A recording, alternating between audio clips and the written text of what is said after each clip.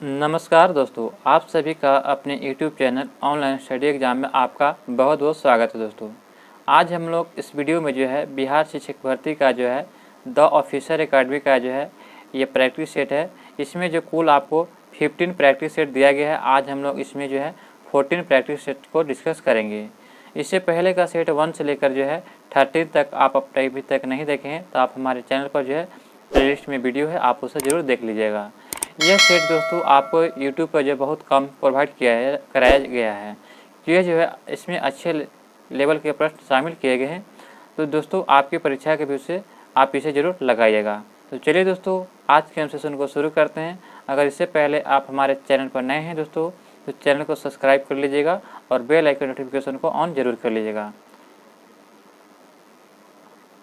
भारत छोड़ो का नारा किसने दिया था? तो दोस्तों यहाँ पर पूछा रहा कि भारत छोड़ो का नारा किसने दिया था, तो सही उत्तर हो जाएगा यूसुफ मेहर अली के द्वारा जो है भारत छोड़ो का नारा दिया गया था।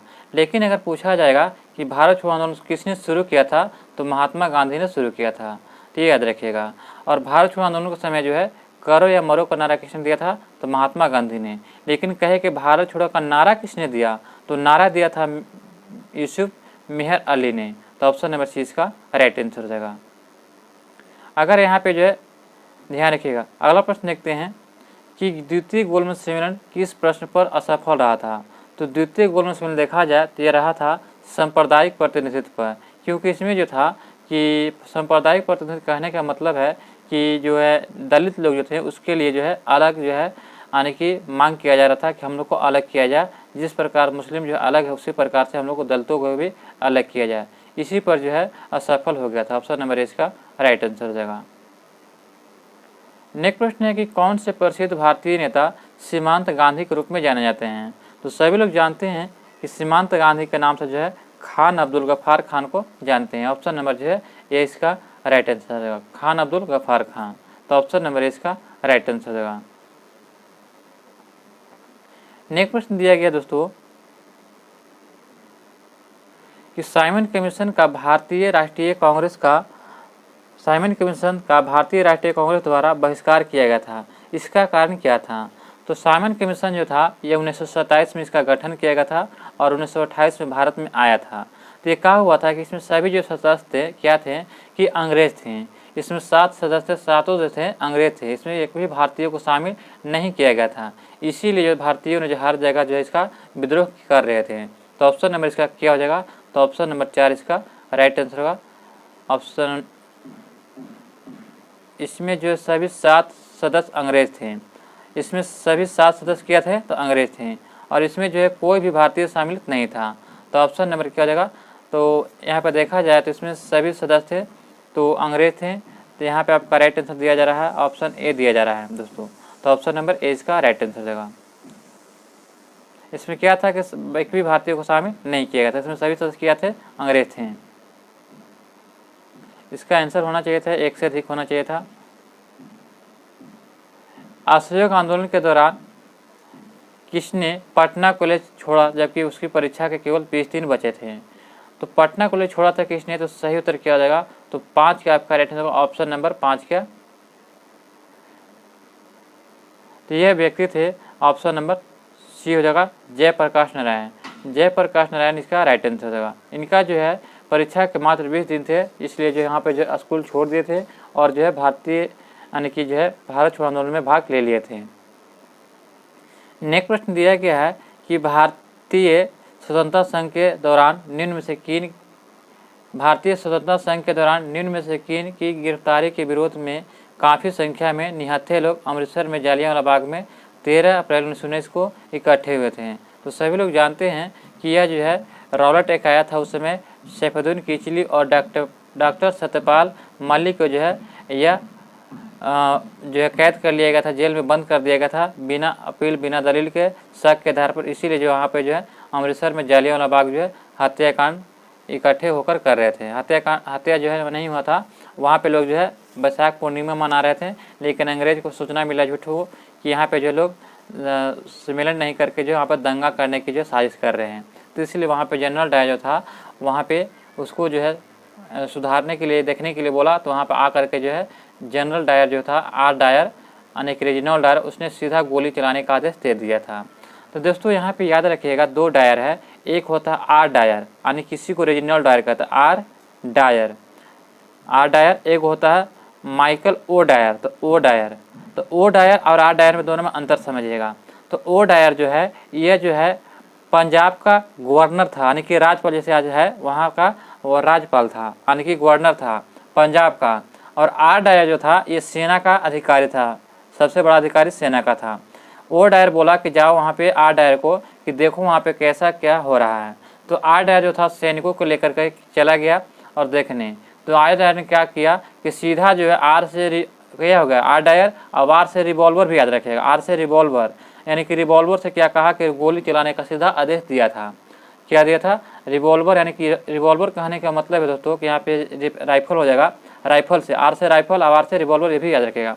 तो राइफल से सीधा जो है गोली चलाने का आदेश दिया था। तो ऑप्शन नंबर क्या हो जाएगा, तो पूछा जाएगा कि गोली किसने चलाया था, आदेश दिया था, तो आर डायर ने, ओ डायर ने नहीं दिया था, आर डायर ने दिया था। और आर डायर की मृत्यु जो है यह 1928 में हो गया था लकवा मार करके, यानी कि प्राकृतिक देन से। और ओ डायर की मृत्यु जो है ये उधम सिंह ने किया था 1940 में जाकर के लंदन में। तो ये याद रखिएगा। हमें उम्मीद है कि आप दोनों समझ गए होंगे। नेक्स्ट प्रश्न दिया गया है कि रॉलेट एक का लक्ष्य क्या था। तो रॉलेट एक का लक्ष्य इसका रखा गया था क्या, तो सही उत्तर देगा ऑप्शन नंबर बी, बिना मुकदमे चलाए जो है किसी को भी बंदी बनाने का लक्ष्य रखा गया था कि कोई को भी शक के आधार पर जो है इसको बंदी बना सकते हैं। तो ऑप्शन नंबर बी इसका राइट आंसर। इसमें न कोई अपील होगा, न दलील होगा, न कोई सुनवाई होगा। तो ऑप्शन नंबर बी इसका राइट आंसर। इसी को काला कानून भी कहते थे। महात्मा गांधी ने अहमदाबाद के निकट साबरमती के किनारे एक आश्रम बनाया था, इसे क्या कहा जाता है। तो साबरमती के किनारे जो आश्रम बनाया था उसका नाम क्या था, तो ऑप्शन नंबर देगा ये हो जाएगा साबरमती आश्रम। ऑप्शन नंबर इसका राइट आंसर हो जाएगा। नेक्स्ट प्रश्न दिया गया दोस्तों कि 2 दशकों के पश्चात दक्षिण अफ्रीका में वापस आने पर महात्मा गांधी भारत में सर्वप्रथम सार्वजनिक रूप से कहाँ और कब उपस्थित हुए थे। तो प्रथम रूप जो सभी लोग देखा जाए तो उपस्थित हुए थे 1916 के लखनऊ अधिवेशन में। ऑप्शन नंबर 9 के क्या जगह, तो यहाँ पे दिया जा रहा है कि 2 दशक के पश्चात दक्षिण अफ्रीका से वापस आने पर महात्मा गांधी ने भारत में सर्वप्रथम सार्वजनिक को पूछा जाए सार्वजनिक रूप से कहाँ पर और कब उपस्थित हुए थे। तो सही उत्तर देगा ऑप्शन नंबर सी हो जाएगा। वर्ष 1916 के जो है बनारस हिंदू विश्वविद्यालय में जो है सार्वजनिक रूप से उपस्थित हुए। तो ऑप्शन नंबर सी इसका राइट आंसर हो जाएगा।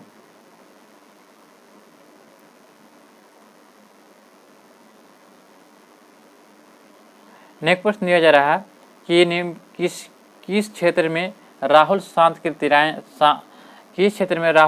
सांकृत्यायन जो थे 1920 में असहयोग आंदोलन से भाग लिए थे। तो राहुल सांकृत्यायन जो थे यह बिहार के छपरा से भाग लिए थे। ऑप्शन नंबर इसका राइट आंसर हो जाएगा। अगला प्रश्न है कि प्रसिद्ध बौद्ध विद्वान अशोक घोष के समकालीन कौन थे। तो अशोक घोष किसके दरबार में थे, तो याद रखिएगा कि अशोक घोष जो थे यह जो थे कनिष्क के दरबार में। याद रखिएगा अश्व नाचे कनिष्क के दरबार में, अश्व नाचे पाँव पर, ये ऐसे भी याद रखेगा पाँव पर, यानी कि होगा अशोक घोष हो जाएगा, वसुमित्र हो जाएगा, नागार्जुन हो जाएगा। ये सभी जो थे ये किसके दरबार में थे, तो ये कनिष्क के दरबार में थे। तो ये याद रखिएगा। एक चरक भी थे। नेक्स्ट प्रश्न दिया गया कि हेनसोंग ने जिस कनिष्क विहार को देखा था वह कहाँ था। तो सही उत्तर क्या जाएगा 12 के ऑप्शन नंबर बी हो जाएगा, ये पेशावर में था। ऑप्शन नंबर 20 का राइट आंसर हो जाएगा। अगला प्रश्न है कि किस मुगल भारतीय राजवंश ने अपने शासकों के लिए चित्र वाले सिक्के जारी किए थे। तो यह जारी किया था किसने, तो सही उत्तर क्या हो जाएगा ऑप्शन नंबर सी हो जाएगा। सातवाहनों ने जो थे ये भारतीय राजवंश के अपने शासकों के चित्र वाले सिक्के जारी किए थे। ऑप्शन नंबर जो है सी इसका राइट आंसर हो जाएगा। सातवाहनों की राजधानी कहाँ थी, तो सातवाहनों की राजधानी देखा जाए तो कहाँ थी, तो ये अमरावती थी। ऑप्शन नंबर इसका राइट है अमरावती। नेक्स्ट प्रश्न दिया गया है कि प्राचीन भारत का नेपोलियन किसे कहा जाता है। तो प्राचीन भारत का नेपोलियन जो है ये समुद्रगुप्त को कहते हैं। ऑप्शन नंबर जो 4 इसका राइट आंसर है। प्राचीन भारत का जो है नेपोलियन समुद्रगुप्त को कहते हैं। नेक्स्ट प्रश्न दिया गया है कि डच ईस्ट इंडिया कंपनी की पटना में जो है अपना व्यापारिक कोठी कब स्थापित किया था। तो 1632 में जो है डच ईस्ट इंडिया कंपनी ने ये पटना में अपनी कोठी स्थापित किया था 1632 में, ये याद रखिएगा। नेक्स्ट प्रश्न दिया गया है कि वह पुर्तगाली कौन था जिसने गोवा पर अधिकार किया था। तो गोवा पर जो अधिकार करने वाले पुर्तगाली का नाम था अल्फांसो डी अल्बुकर्क। अल्बुकर्क द्वारा जो है गोवा पर अधिकार किया गया था। ऑप्शन नंबर 20 का राइट आंसर होगा। और जो पुर्तगाली साम्राज्य का जो वास्तविक संस्थापक कहा जाएगा तो यही अल्बुकर्क हो जाएगा। नेक्स्ट प्रश्न दिया गया है कि वह अंग्रेज जिसने सम्राट जहांगीर के दरबार में आकर भेंट किया था। तो सम्राट जहांगीर के दरबार में आकर भेंट किया था तो कौन हो जाएगा। तो ऑप्शन नंबर इसका राइट आंसर और आकर भेंट किया था तो 18 का आपका राइट आंसर होगा। ऑप्शन नंबर बी हो जाएगा, कैप्टन हॉकिंस था। कैप्टन हॉकिंस जो था वह अंग्रेज जिसने जो सम्राट जहांगीर के दरबार में आकर भेंट किया था। ऑप्शन नंबर 20 का राइट आंसर होगा।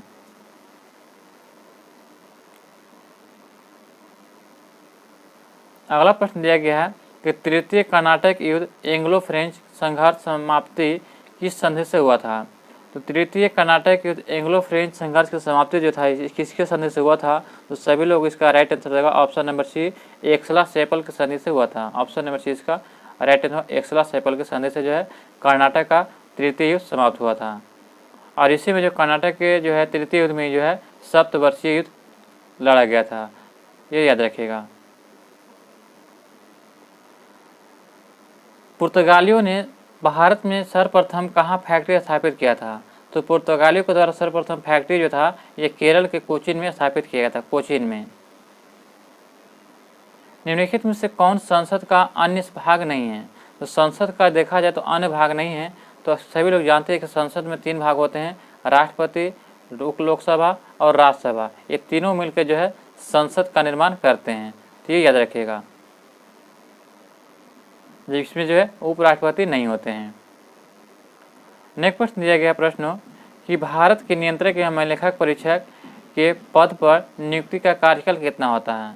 तो भारत के नियंत्रक एवं महालेखक परीक्षक के जो पद की नियुक्ति का कार्यकाल देखा जाए तो सही उत्तर देगा ऑप्शन नंबर सी, 6 वर्ष का होता है। ऑप्शन नंबर सी इसका 6 वर्ष का। कानूनी विषयों पर राज्य सरकार को कौन परामर्श देता है।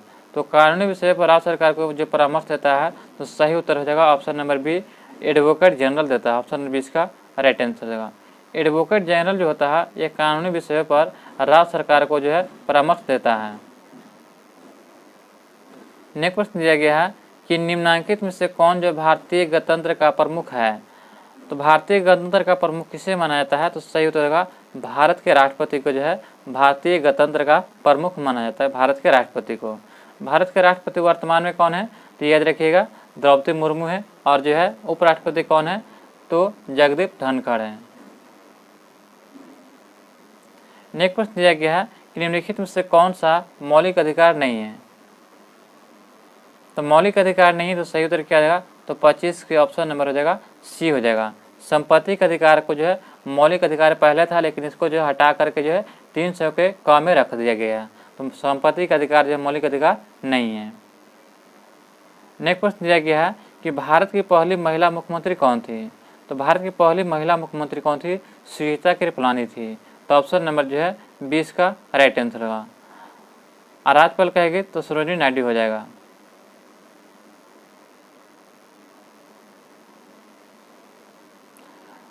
नेक्स्ट प्रश्न दिया गया दोस्तों कि उच्च न्यायालय की न्यायमूर्ति की सेवानिवृत्ति की आयु कितना होता है। तो उच्च न्यायालय की जो है न्यायमूर्ति की जो सेवानिवृत्ति की आयु देखा जाए तो इसका कितना होता है तो 62 वर्ष होता है। ऑप्शन नंबर सी इसका राइट है 62 वर्ष। और सर्वोच्च न्यायालय की कितना होता है तो 65 वर्ष, ये याद रखिएगा। भारतीय संविधान में अविष्टित शक्तियाँ किसमें हिस्सा निहित हैं। तो अविष्टित शक्तियाँ किसमें निहित है तो आपका इसका राइट आंसर क्या हो जाएगा तो ऑप्शन नंबर हो जाएगा 4 हो जाएगा इसका राइट आंसर। संसद में जो है अविष्टित शक्तियाँ निहित है। नेक्स्ट प्रश्न है कि स्वामी के स्वामित्व वाली इमारत का आरोपित सकल किराया निम्नलिखित में से किसका हिस्सा है। तो ये हो जाएगा अंतिम खपत का।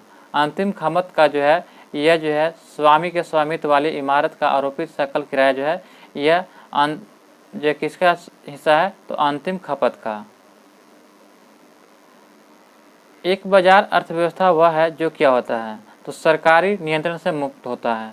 एक बाजार अर्थव्यवस्था वह अर्थव्यवस्था होता है जो सरकारी नियंत्रण से मुक्त होता है।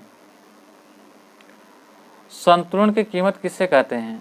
तो संतुलन की कीमत जो है इसको कहते हैं जिसमें कीमत जिससे मांग एवं आपूर्ति से निर्धारित किया जाए, उससे जो संतुलन की कीमत कहते हैं। नेक्स्ट प्रश्न है कि गिब्बन वस्तुओं के लिए मांग वक्र की प्रकृति कैसी होती है? तो गिब्बन वस्तुओं के लिए जो मांग की जो प्रकृति वक्र होती है तो ये ऊपर की ओर बढ़ता है। कैसे? ऊपर की ओर बढ़ता है। नेक्स्ट प्रश्न दिया गया है कि निम्न में से किस स्थिति में की मांग का नियम असफल हो जाता है? तो मांग का नियम जो असफल हो जाता है सही उत्तर हो जाएगा ऑप्शन नंबर ए, गिब्बन वस्तुएं में। गिब्बन वस्तुएं जो होती है ऐसी वस्तुएं हैं जिसमें जो है मांग की या नियम जो होता है यह असफल हो जाता है। ऑप्शन नंबर इसका राइट आंसर हो जाएगा।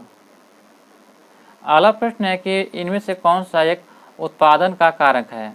तो उत्पादन का कारक हो जाएगा तो ऑप्शन नंबर बी हो जाएगा ऊर्जा। ऊर्जा जो है इसमें उत्पादन का एक कारक है। नेक्स्ट प्रश्न दिया गया है कि बिहार बजट 2023-24 में बिहार सरकार द्वारा बिहार के कितने नए इथेनॉल इकाइयां स्थापित करने का लक्ष्य रखा गया है? तो नए इकाइयां इथेनॉल स्थापित करने का लक्ष्य 17 रखा गया। कितना? 17। ऑप्शन नंबर सी इसका राइट आंसर बिहार सरकार के द्वारा 2023-24 के बिहार बजट में रखा गया है। अगला प्रश्न दिया गया है कि बांग्लादेश में प्रवेश करने के बाद गंगा नदी को निम्नलिखित में से किस नाम से जाना जाता है?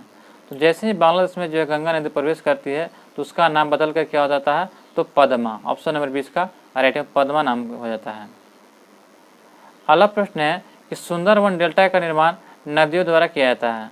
तो किस नदी के द्वारा किया जाता है? तो सभी लोग जानते हैं कि गंगा और ब्रह्मपुत्रा के नदियों के द्वारा जो है सुंदरवन डेल्टा का निर्माण कहाँ होता है? तो वेस्ट बंगाल में होता है, ये याद रखिएगा, पश्चिम बंगाल में। नेक्स्ट प्रश्न दिया गया है कि गंगा नदी किसका उदाहरण है? तो गंगा नदी बताना कि किसका उदाहरण है? तो सही उत्तर हो जाएगा यह पूर्ववर्ती जल निकासी का। पूर्ववर्ती जल निकासी का जो गंगा नदी उदाहरण है। बांग्लादेश में गंगा नदी को किस रूप में जाना जाता है? तो बांग्लादेश में गंगा नदी को जो है सभी लोग जानते हैं कि इसे पद्मा के नाम से जानते हैं। और बांग्लादेश में जो है गंगा, इन्हें से गंगा आती है और इन्हें से ब्रह्मपुत्रा, ये दोनों के जो मुहाना बनती है उसी को जो है मेघना कहते हैं। क्या कहते हैं? मेघना। भूमि की सतह से नीचे गंगा की जलोढ़ मिट्टी गहराई लगभग कितना है? तो भूमि की सतह से नीचे गंगा की जलोढ़ मिट्टी की गहराई देखा जाए तो लगभग कितना है? तो सही उत्तर देगा ऑप्शन नंबर ए 6000 मीटर है। 6000 मीटर। निम्न में से कौन जो है अलकनंदा और भागीरथी का संगम स्थल है? तो अलकनंदा और भागीरथी के संगम स्थल को क्या कहते हैं? इसी को देव प्रयाग कहते हैं। ऑप्शन नंबर 4 इसका राइट आंसर देव प्रयाग कहते हैं। मंदाकिनी किस जल निकासी प्रणाली का मुख्य नदी से मंदाकिनी किस जल निकासी प्रणाली का मुख्य नदी से संबंधित है? तो मंदाकिनी इसका राइट आंसर क्या हो जाएगा? तो ऑप्शन नंबर इसका 42 का हो जाएगा। तो ए हो जाएगा अलकनंदा से। दोस्तों हमें उम्मीद है कि आपको यह वीडियो पसंद आ रहा होगा। अभी तक हमारे चैनल को सब्सक्राइब नहीं किए हैं तो जल्द से हमारे चैनल को सब्सक्राइब करें और वीडियो को लिंक को दोस्तों के साथ ग्रुप में शेयर करना ना भूलें। हमारा अगला प्रश्न दिया गया है कि उस नदी का नाम बताइए जो केदारनाथ और रुद्रप्रयाग के बीच बहती है।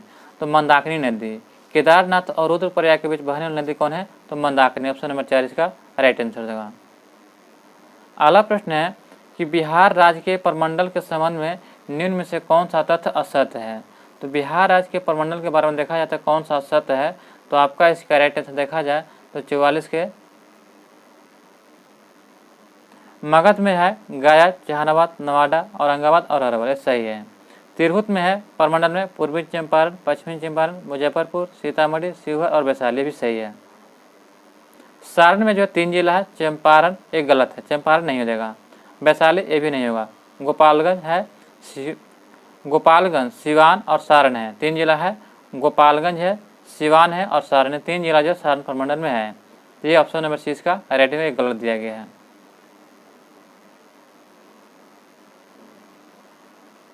शंकरपुर नामक जगह एक टेलकॉम स्टेटाइट सोपस्टोन खनिज पाया जाता है। यह बिहार के किस जिले में स्थित है? तो शंकरपुर जो बिहार के देखा जाए तो मुंगेर जिले में। कहाँ पे? मुंगेर जिले में, जहाँ पे जो है telecom state tight soft stone खनिज पाया जाता है। बिहार के सारण प्रमंडल में कितने जिले हैं? संख्या। तभी मैंने बताया कि सारण प्रमंडल में देखा जाए तो गोपालगंज हो जाएगा, गोपालगंज, एक हो जाएगा सारण हो जाएगा, और एक आपका हो जाएगा सिवान हो जाएगा। ये 3 जिले हैं। तो कितने हैं? तो 3 जिले याद रखिएगा। ऑप्शन नंबर जो है इसका राइट आंसर क्या जाएगा? 3 जिले कहाँ पे दिया गया है? तो ऑप्शन नंबर सी हो जाएगा, ये याद रखिएगा। गंगा के दक्षिण मैदान में निम्नलिखित में से कौन सी नदी प्रवाहित नहीं होती है? तो दक्षिण मैदान में कौन सी नदी प्रवाहित नहीं होती है? तो 47 का आपका राइट आंसर कहेगा तो सी हो जाएगा। बागमती जो है ये दक्षिण की ओर प्रवाहित नहीं होती है। बताया जाए कि भारत जो गंगा नदी जो है ये बिहार के कितने जिलों से जो है होकर बाहर निकलती है? तो 12 जिलों को स्पर्श करती है। कितने जिले को? 12 जिले को जो है ये स्पर्श करती है बिहार में गंगा नदी। तो याद रखिए, बीपीएससी में पूछा गया प्रश्न है दोस्तों। जीव विज्ञान का पिता किससे कहते हैं? तो अरस्तु को सभी लोग जानते हैं, अरस्तु को कहते हैं जीव विज्ञान के पिता। लसिका का गैर कोशिकीय हिस्सा पानी के अलावा कितना से भाग से बना होता है? तो यह बना होता है 94% भाग से। दूध के खट्टापन आता है किसके कारण? तो लैक्टिक अम्ल के कारण जो दूध क्या होता है? खट्टा होता है। ऑप्शन नंबर ए इसका राइट, लैक्टिक अम्ल के कारण। निम्नलिखित में से कौन से जीव में रक्त नहीं होता है? तो कौन से जीव में रक्त नहीं होता है? तो हाइड्रा में कोई रक्त नहीं होता। ऑप्शन नंबर ए इसका राइट आंसर हो जाएगा। श्वसन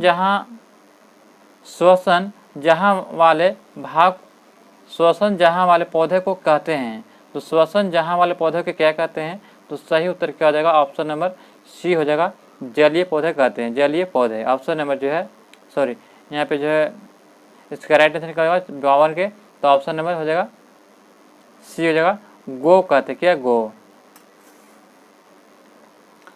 अगला प्रश्न दिया गया दोस्तों कि पौधे के किस भाग से केसर प्राप्त करते हैं? तो पौधे के जो वर्तिकाग्र होता है उसे जो केसर प्राप्त करते हैं वर्तिका से। नेक्स्ट प्रश्न दिया गया है कि आधान यानी कि ट्रांसफ्यूजन में रक्त न केवल रक्त के प्रकार में बल्कि वे भी मंगल होना चाहते हैं। तो मंगल होना चाहते हैं तो आपका इसका राइट आंसर क्या होगा? 54 के। ऑप्शन नंबर ए हो जाएगा आरएच कारक में। ऑप्शन नंबर इसका राइट है, आरएच कारक में जो है मिलना चाहते हैं। तो ऑप्शन नंबर ए इसका राइट आंसर हो जाएगा। अंतःस्रावी ग्रंथियों में से निम्न में से क्या स्रावित होता है? तो अंतःस्रावी ग्रंथियों में से क्या स्रावित होता है? तो ऑप्शन नंबर 4 इसका राइट है, हार्मोन स्रावित होता है, हार्मोन। नेक्स्ट प्रश्न दिया गया है कि निम्नलिखित में से कौन सी एक गैस वातावरण प्रदूषक मानी जाती है? तो वातावरण प्रदूषक मानी जाती है तो सही उत्तर क्या हो जाएगा? तो सल्फर डाइऑक्साइड को माना जाता है वातावरण प्रदूषक। ऑप्शन नंबर सी इसका राइट है, सल्फर को। प्रकाश संश्लेषण होता है तो प्रकाश संश्लेषण कहाँ होता है? तो यह हो जाएगा दिन में अथवा रात्रि में। तो ऑप्शन नंबर यहाँ क्या हो जाएगा? तो सी इसका राइट है, दिन अथवा प्रकाश संश्लेषण क्या होता है कि दिन, इसका राइट है, दिन और रात दोनों दे रहा है। निम्नलिखित में से किस राशि का मात्रक नहीं होता है? तो अभी हमने देखा कि विकृति का जो कोई राशि मात्रक नहीं होता। ऑप्शन नंबर सी इसका राइट आंसर होगा। किलोवाट घंटा किसका मात्रक है? तो kWh में हम लोग सभी जानते हैं कि ये जो है ऊर्जा का मात्रक होता है। ऑप्शन नंबर इसका राइट है, ऊर्जा, यानी कि इसका राइट आंसर होगा।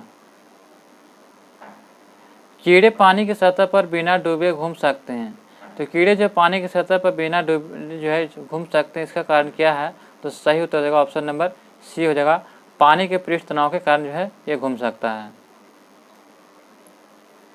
ऑप्टिकल फाइबर किस सिद्धांत पर कार्य करता है? तो ऑप्टिकल फाइबर जो होता है यह सिद्धांत पर कार्य करता है, तो पूर्ण आंतरिक परिवर्तन पर जो है सिद्धांत पर कार्य करता है ऑप्टिकल फाइबर। रात के समय में खुले आकाश में तारों के टिमटिमाने को किसने समझाया था? रात के समय खुले आकाश में तारों के टिमटिमाने को किससे समझाया जा सकता है? तो यह समझाया जा सकता है ऑप्शन नंबर ए, प्रकाश के अपवर्तन के कारण। ऑप्शन नंबर इसका राइट आंसर होगा, प्रकाश के अपवर्तन के कारण जो है तारे टिमटिमाते हैं। नेक्स्ट प्रश्न दिया गया है कि एक कूलम आवेश को 6 वोल्ट की बैटरी से गुजारने पर किया गया कार्य क्या होगा? तो सही उत्तर हो जाएगा 63 के। ऑप्शन नंबर सी हो जाएगा, यानी कि 6 जूल हो जाएगा। किस नियम के अनुसार समान ताप और दाब पर सभी गैसों के निश्चित आयतन में अणुओं की संख्या समान होती है? तो सही उत्तर देगा ऑप्शन नंबर 4, अवोगाड्रो नियम के अनुसार होता है, अवोगाड्रो नियम के अनुसार। अगला प्रश्न दिया गया कि एक कोष में अधिकतम इलेक्ट्रॉनों के समायोजित किए जाने के संबंधित सूत्र क्या होगा? तो इससे जो 2n² होता है, क्या 2n², ऑप्शन नंबर 20 का राइट आंसर देगा। अगला प्रश्न दिया गया है कि निम्नलिखित में से कौन सा एक रेडियोधर्मी तत्व द्वारा उत्सर्जित धनात्मक रूप से अवशोषित कण है? तो 66 का आपका राइट आंसर का ऑप्शन नंबर सी हो जाएगा, अल्फा किरणें। इसका राइट अल्फा किरणें। नाखून पॉलिश उतारने वाले एजेंट में होता है, तो यह क्या होता है? तो एसीटोन जो है, नाखून जो पॉलिश उतारने वाले एजेंट में एसीटोन होता है, ऑप्शन नंबर 20 का राइट आंसर एसीटोन। बोडला राष्ट्रीय उद्यान किस प्रदेश में है? तो बोडला राष्ट्रीय उद्यान देखा जाए दोस्तों तो सही उत्तर हो जाएगा गोवा में स्थित है, बोडला राष्ट्रीय उद्यान गोवा में।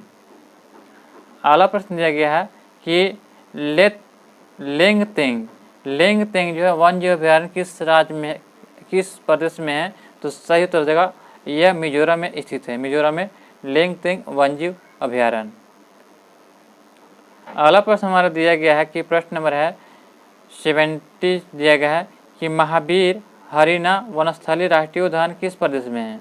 तो महावीर हरिना वनस्थली राष्ट्रीय उद्यान जो है ये आपका तेलंगाना में। कहाँ पे? तेलंगाना, ऑप्शन नंबर 30 का राइट आंसर होगा। लाइकेन किसकी सजीवी का संघ है? तो ये कवक और शैवाल का सजीव होता है। लाइकेन जो होता है ये कवक और शैवाल के सजीवी संघ है, ऑप्शन नंबर जो है 20 का राइट आंसर देगा। डॉप्सन इकाई किसका मापन के लिए बनाई जाती है? तो डॉप्सन जो है ये ओजोन के जो घनत्व होता है उसको मापने के लिए बनाया जाता है डॉप्सन इकाई। ये ओजोन परत जो किस मंडल में पाया जाता है? तो समताप मंडल में। और ओजोन दिवस कब मनाते हैं? तो 16 सितंबर को, याद रखिएगा। निम्नलिखित में से कौन सा पारिस्थितिकी तंत्र उल्टा पिरामिड के आकार का बनता है? तो उल्टा पिरामिड के आकार का बनता है तो तालाबी पारिस्थितिकी तंत्र, ऑप्शन नंबर इसका राइट आंसर देगा। नेक्स्ट प्रश्न दिया गया है कि दर्राह राष्ट्रीय उद्यान किस प्रदेश में है? तो दर्राह राष्ट्रीय उद्यान देखा जाए तो ये कहाँ है? तो राजस्थान, इसका राइट आंसर राजस्थान में। अगला प्रश्न है कि तमिलनाडु का कौन सा राष्ट्रीय उद्यान टॉप स्लिप कहा जाता है? तो टॉप स्लिप जो है ये अन्नामलाई राष्ट्रीय उद्यान को कहा जाता है। तमिलनाडु का जो है राष्ट्रीय उद्यान है अन्नामलाई। गौतम बुद्ध वन्य अभयारण्य कहाँ है? तो ये बिहार में है। गौतम बुद्ध वन्य अभयारण्य कहाँ है? तो ये बिहार और झारखंड में, ऑप्शन नंबर इसका राइट आंसर होगा। नेक्स्ट प्रश्न दिया गया है कि बुक्सा टाइगर रिजर्व किस प्रदेश में है? तो बुक्सा टाइगर रिजर्व जो है ये पश्चिम बंगाल में, ऑप्शन नंबर 20 का राइट। बुक्सा टाइगर रिजर्व कहाँ है? तो पश्चिम बंगाल में। हाल ही में कौन जो है संयुक्त राष्ट्र सांख्यिकी आयोग के लिए सदस्य चुना गया है? तो हाल ही में किसे जो है संयुक्त राष्ट्र सांख्यिकी जो है आयोग के सदस्य चुना गया है? तो सही उत्तर देगा ऑप्शन नंबर ए, भारत को चुना गया, भारत को। अगला प्रश्न है कि अभी हाल ही में नागरी दुबर राज चावल की किस्म को जीआई टैग मिला है, यह किस राज्य से संबंधित है? तो सही उत्तर हो जाएगा ऑप्शन नंबर ए हो जाएगा छत्तीसगढ़ के जो है नागरी दुबर राज चावल का किस्म को जीआई टैग प्राप्त हुआ छत्तीसगढ़ को। और छत्तीसगढ़ को जो है ये धान का कटोरा भी कहते हैं। अगला प्रश्न दिया गया है कि हाल ही में फीफा ने अपनी रैंकिंग जारी की है, जिसमें भारत में कौन सा स्थान प्राप्त हुआ है? तो फीफा रैंकिंग में देखा जाए तो भारत का स्थान कैमा है? तो बी हो जाएगा 101वां स्थान भारत ने हासिल किया है। निम्न में से स्थान पर कवच नामक एक सहयोगी सैन्य अभ्यास किया गया, तो कहाँ किया गया कवच नामक सहयोगी सैन्य अभ्यास? तो यह अंडमान निकोबार में किया गया, ऑप्शन नंबर इसका राइट आंसर देगा। निम्न में से किस देश ने भारत ने पिछले 6 महीने में सबसे ज़्यादा कच्चा तेल खरीदा है? तो यह खरीदा है रूस से। कहाँ से? रूस, ऑप्शन नंबर 20 का राइट आंसर देगा। निम्न में से कौन आईपीएल में विकेट लेने वाले सबसे उम्रदराज गेंदबाज बन गए हैं? तो सबसे अधिक उम्रदराज गेंदबाज देखा जाए तो ये बने हैं अमित मिश्रा, ऑप्शन नंबर 40 का राइट आंसर अमित मिश्रा बने हैं। नेक्स्ट प्रश्न दिया गया है हमारा कि वायु प्रदूषण निगरानी यंत्र टेम्पो को किसने लॉन्च किया है? तो इसको लॉन्च किया किसने? तो सही उत्तर देगा नासा के द्वारा लॉन्च किया गया है, जो अमेरिका का जो है अंतरिक्ष एजेंसी है। लाइसेंसिंग और अनुमोदन के लिए केंद्रीकृत पोर्टल लाइसेंस और अनुमोदन के लिए केंद्रीकृत पोर्टल PRVAAH जो है किसके द्वारा लॉन्च किया गया है? तो यह लॉन्च किया गया ऑप्शन नंबर ए हो जाएगा भारतीय रिजर्व बैंक के द्वारा। अभी जो है हाल ही में तियांगवे-लोंग 2 नामक रॉकेट लॉन्च प्रक्षेपण किसके द्वारा किया गया है? तो यह किया गया चीन के द्वारा। तियांगवे-लोंग 2 नामक रॉकेट का प्रक्षेपण जो है ये चीन के द्वारा किया गया है। निम्न से किसके द्वारा सब्बी सुब्रमण्यम को अपनी एयरफोर्स का वारंट ऑफिसर नियुक्त किया गया है? तो यह नियुक्त किया गया ऑप्शन नंबर क्या हो जाएगा? तो बी स्कारलेट इंग्लैंड को नियुक्त किया गया, इंग्लैंड को।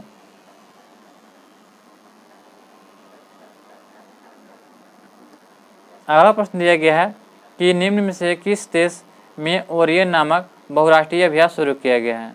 तो ओरियन नामक बहुराष्ट्रीय अभ्यास शुरू किया गया है, तो यह फ्रांस में शुरू किया गया। ओरियन नामक बहुराष्ट्रीय अभ्यास शुरू किया गया है। नेक्स्ट प्रश्न दिया गया है कि G20 डेवलपमेंट वर्किंग ग्रुप की दूसरी बैठक निम्न में से किस राज्य में आयोजित किया जा रहा है? तो दोस्तों इसकी बैठक देखा जाए तो यह केरल में आयोजित किया जा रहा है।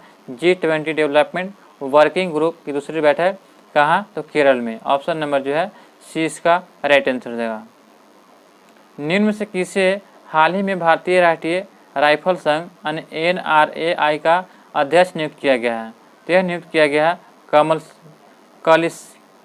कलिकेश सी देव को। कलिकेश सी देव को जो है नीरी का अध्यक्ष नियुक्त किया गया है, यानी कि NRAI यानी कि भारतीय राष्ट्रीय राइफल संघ का जो अध्यक्ष नियुक्त किया गया कलिकेश सी देव को। निम्न से किसे जो 2023 में टाइम 100 रीडर पोल में शीर्ष स्थान प्राप्त हुआ है? तो यह शीर्ष स्थान प्राप्त हुआ शाहरुख खान को। ऑप्शन नंबर ए इसका राइट आंसर होगा। शाहरुख खान को जो है 2023 में जो है टाइम 100 रीडर पोल में शीर्ष स्थान प्राप्त हुआ था। ऑप्शन नंबर ए इसका राइट आंसर होगा। तो दोस्तों यहाँ पे जो आपका सेट नंबर जो 14 समाप्त होता है। हमें उम्मीद है कि आपको यह वीडियो पसंद आया होगा। अभी तक हमारे चैनल को सब्सक्राइब नहीं किए हैं तो जल्द से जल्द हमारे चैनल को सब्सक्राइब करें और वीडियो को लिंक दोस्तों के साथ ग्रुप में शेयर करना ना भूलें। मिलते हैं लास्ट वीडियो में सेट नंबर 15 में। जय हिंद, जय